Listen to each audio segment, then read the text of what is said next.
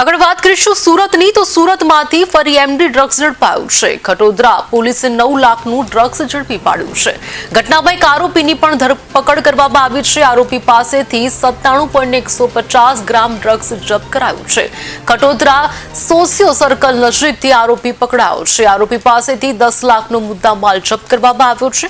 પોલીસે કિસમને વોન્ટેડ જાહેર કર્યો છે। સમગ્ર મામલે ખટોદરા પોલીસે વધુ તપાસ હાથ ધરી છે। सूरत सिटी में no drugs in Surat city अभियान मुजब माननीय सीपी सर निर्देश मुजब खटोदरा पुलिस स्टेशन बे पुलिसवाला चेतन भाई अने बहादुर सिंह ए बने पेट्रोलिंग में था। अरे बने माननीय सीपी सर निर्देश मुजब दरेक पुलिस स्टेशन में बनायेली एनडीपीएस टीम पार्ट है। अने बातमी मળી कि नवजीवन सर्कल थी सोशियो सर्कल तरफ आता सर्विस रोड ऊपर एक बर्गमैन मोपेड है। एक ऊपर एक माणस है एना पासे एमडी અને વેચાણ કરે છે ને એમડી બાઇકમાં થઈ શકે। આ બાતમી ઉપર એ બંને માણસો ત્યાં જઈને અને મોપેડને રોકાઈને ચેક કરી તો એક એમડી જેવો પદાર્થ આને બાઇકની ડિગ્ગીમાંથી મળ્યો। એના પછી તરત જ સિનિયર અધિકારીઓને જાણ કરવામાં આવી, એફએસએલને અને સરકારી પંચોને ત્યાં જાણ કરવામાં આવી। સરકારી પંચોની હાજરીમાં એફએસએલ ચેક કરતા જો નશીલો પદાર્થ છે સફેદ કલરનો એમડી પ્રતિસ્થાપિત થયો અને जो आरोपी है એને અટક કરવામાં આવ્યો છે। આરોપીનું નામ જલાલુદ્દીન ઇસ્માઇલ શેખ છે।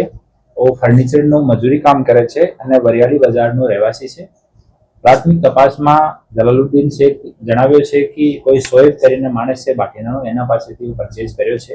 જલાલુદ્દીન શેખ ઉપર એક જૂનો ગુના પણ એમડીનો છે। લાલગેટ પોલીસ સ્ટેશનમાં 11 ગ્રામનો દર્જ થયેલો હતો, જેમાં 6 માસ સુધી રાજકોટ જેલમાં હતો। એના પછી બેલ મળ્યા પછી 3 માસ સુધી વગર ફર્નિચરનું કામ કર્યો અને 3 માસ પછી ફરીથી ડ્રગ્સનું કામ શરૂ કરી દીધું। અને એને મોબાઈલની ચકાસણી કરતા મોબાઈલનો ડાટા દરેક દિવસો ડિલીટ કરી નાખે છે, વોટ્સઅપનો ડાટા પણ અને મોબાઈલનો ડાટા પણ। તો મોબાઈલને એફએસએલને મોકલવામાં આવશે અને જો પણ ડિટેલ મળશે એના સ્તર પર ફર્ધર કાર્યવાહી કરવામાં આવશે। એના વિરુદ્ધમાં એક લાલગેટ પોલીસ સ્ટેશનમાં જુગારનો પણ ગુના છે। 2 ગુના જૂના છે અને એક ત્રીજો ગુના છે। અને ફર્ધર जो इन्वेस्टिगेशन है चालू है। टोटल जो मुद्दामाल મળ્યો છે 97.150 ગ્રામ છે, જેની जो કિંમત છે 9,71,500 રૂપિયાની છે। અને મોપેડ અને બધું મળીને 10,01,300 રૂપિયાનો ટોટલ મુદ્દામાલ કબજે કરવામાં આવ્યો છે। અને ફર્ધર ઇન્વેસ્ટિગેશન ક્યાંથી લઈને આવ્યો, જે વેચાણ કરતો હતો તો ક્યાં ક્યાં વેચાણ કરતો હતો, બીજા કોઈ માણસ પણ ઇન્વોલ્વ છે એની તપાસ ચાલુ છે। પોતે પણ કન્ઝમ્પશન કરે છે અને પ્રારંભિક પૂછતાછમાં એવું જણાવ્યું છે કે હું પોતે જ કન્ઝમ્પશન કરું છું ને મારા પોતાના કન્ઝમ્પશન માટે જ હું લઈને આવ્યો છું। અરે એટલો મોટો જથ્થો 97 ગ્રામનો કન્ઝમ્પશન માટે નહીં થઈ શકે। આ વાત સ્વીકાર કરવામાં આવશે નહીં અને ફર્ધર ઇન્વેસ્ટિગેશનમાં જે પણ ફેક્ટ્સ મળશે એ તમને જાણવામાં આવશે।